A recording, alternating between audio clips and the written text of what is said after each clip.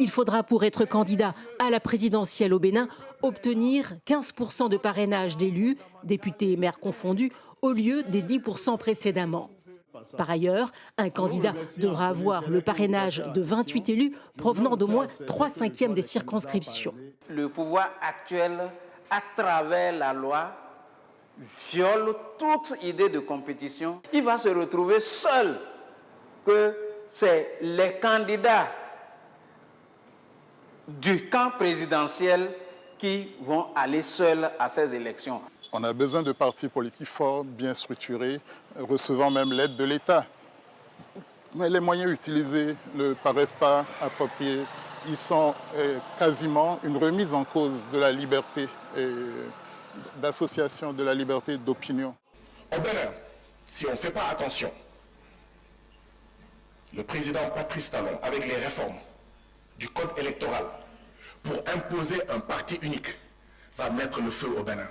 La SEB invite le gouvernement et l'Assemblée nationale à œuvrer à une relecture consensuelle du code électoral dans un esprit de vérité et dans l'intérêt supérieur de la nation, en faisant attention à l'impact que son application peut avoir sur les résultats des législatives de 2026. En effet, si avec 10% de seuil au niveau national, seuls 3 partis ont pu entrer au Parlement, que pourrait-on attendre de l'application du seuil de 20%, non plus au niveau national, mais par circonscription électorale?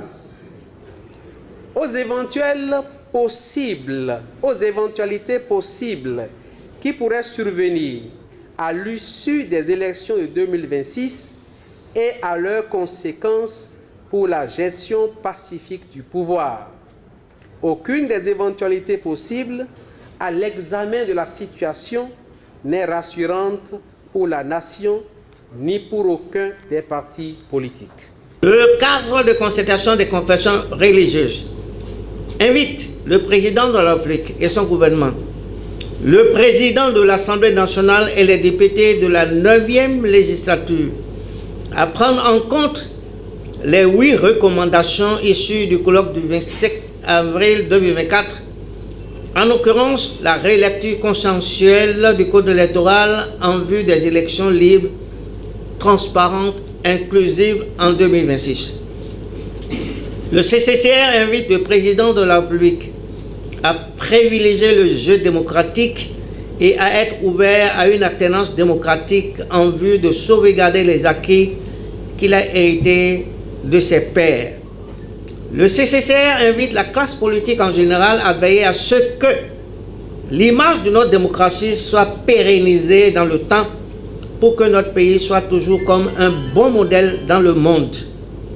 Le CCCR invite enfin le peuple béninois à une prise de conscience et à promouvoir les valeurs démocratiques pour un lendemain meilleur pour nos familles et nos enfants.